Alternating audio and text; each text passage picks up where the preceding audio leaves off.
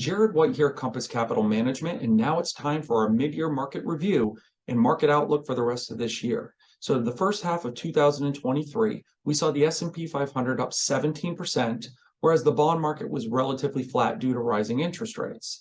Now, what makes this interesting isn't the fact that the S&P 500 is up. We discussed this in our January review, that there was something called the January barometer. Now, the January barometer isn't a steadfast rule, but it has shown that 70% of the time, if the market is positive in January, it will be positive for the rest of the year. Now, we're only halfway through the year, but so far, so good. Now, what is surprising is what sectors have actually been leading the rally. So far this year, it's been the bigger, the better. The companies with the largest market caps and the highest growth trajectories, which are usually tech, have really been pushing this market forward.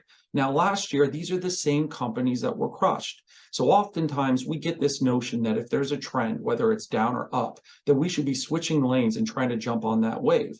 Well, this year so far, it has been a perfect example of why that does not make sense and why diversification is so important. So fundamentally speaking, why the market turnaround? Number one, economic conditions and corporate earnings stopped getting worse. There have been countless calls for a recession that still has not occurred yet. We have unemployment under 4% and the consumer continues to spend. Number two, the Federal Reserve has signaled that they're closer to the end of this interest rate increase cycle than they are to the beginning. We've seen a pause in June. We expect maybe a couple more hikes, but this has already been baked into the market. Number three, we've seen the introduction of ChatGPT and other AI technologies that has created this sense of optimism that we will be able to revolutionize the way we do business and create more efficiencies in ways we never could have imagined 5-10 years ago. So does all of this positive momentum mean that we're off to the races for the rest of this year?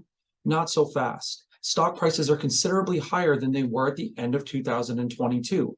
Valuations are less attractive, and we have just gone through the fastest interest rate increase cycle in modern day history. We're going to need some time to see how this plays out throughout the economy, throughout corporate earnings, and throughout the labor market. So for the meantime, let's remain cautiously optimistic, enjoy the rest of your summer, and feel free to give me a call if you have any questions, as I'm more than happy to help. Thank you and take care.